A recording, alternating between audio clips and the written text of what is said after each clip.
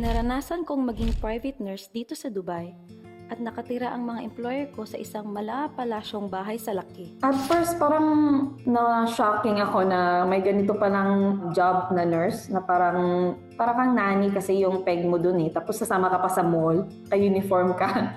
Ay, ganito pala to. Oh my God. Hindi ako na-orient sa agency namin. Nakala ko sa yung home care nurse, may sakit talaga. Uso kasi yan yung home care nurse dito. Dito ko lang din nalaman na ganito pala yung home care nurse dito. Parang yung mga mayayaman, yung mga billionaire, yung mga sheikh, yung mga nasa palace, nagkumukuha sila ng mga nurses para mag-alaga ng kanilang newborn, tapos mga matatanda. Parang mayaman lang talaga sila, meron lang talaga silang pambayad ng kanilang mga nurses. Pag nasa loob ka ng palace, ang laki-laki. May garden, may golf, lahat. Ang laki ng area, so hindi ka feeling suffocated talaga, parang nakaka-walk ka pa rin sa garden. Parte ng buhay ng isang OFW ang lungkot na mawalay sa mga kaibigan at mahal sa buhay.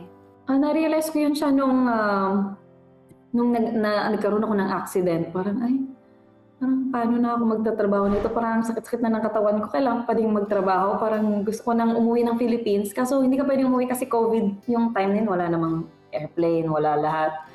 So, ang dami ko ning iyak na pinagdaanan noon. Kasi ang hirap-hirap din mag-take ng day off. Kailangan mo pa ipaglaban. Pero kung may lungkot, meron ding saya. Yung best experience ko doon is yung privilege na ituring ka ng family ng madam mo, ng local family. Parang you feel loved also at the same time na parang tinuring ka na nilang family. Kasi kung ano yung iba yung treatment na sa'yo, special treatment ka na, hindi ka na nila tinuring na outsider after some time. Parang nung before pa ako nag-end yung contract ko, sinabi nila sa akin, magkano yung gusto mong sahod kung kapalit niyan is magstay ka sa amin. Gusto nila akong magstay for them for good, under sa kanilang visa, under sa kanila na. Tapos sabi nila, papatayin ka namin ng bahay dito sa gilid ng bahay namin, huwag ka lang umalis. Ang dami nilang offer sa akin, tapos ang ganda ng offer eh, kasi parang mas ayoko ring iwan yung baby kasi parang na-attach na din ako. Tapos umiyak pa sila before ako umalis. Alam mo yung parang nakakataba din ng puso na parang minahal ka na din nila after some time. Yun yung parang magandang feelings na natutunan ko sa home care na yan. Pag minahal ka talaga once ng local family, parang they don't want you to go. At syempre, mas masaya kung natutupad unti-unti ang mga pangarap para sa pamilya at para sa sarili. Pinapunta ko sila dito after 4 years, nakita ko din sila finally. Kasi parang supposed to be during COVID time, kaya na-cancel lahat, nung ticket namin nasayang. Tapos hindi pa pwedeng mag-travel. Tapos nung nawala na yung mga quarantine, pero 4 years din yung nangyari na bago kami nagkita.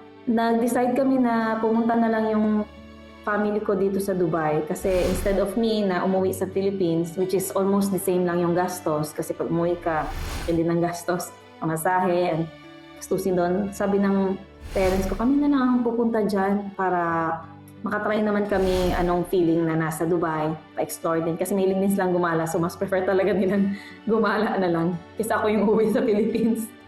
So ayun, nung dinala ko sila dito, yung tuwang-tuwa sila, tapos yung lola ko kasi, medyo emotional yung lola ko, kaya umiiyak talaga siya kapag nakikita niya ako.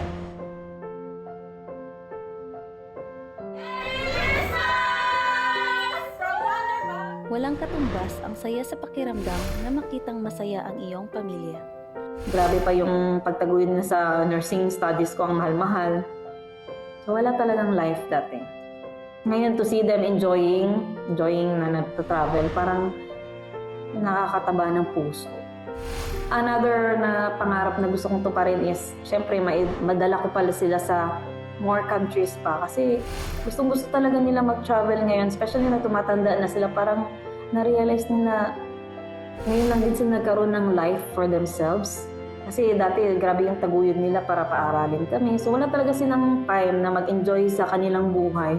So ngayon parang nag-give back ako. Parang it's about time na mag-give back sa lahat ng paghihirap nila na ginawa nila for us. I could say that I made it because I am now a tourism ambassador for Dubai and Abu Dhabi, which is a great achievement.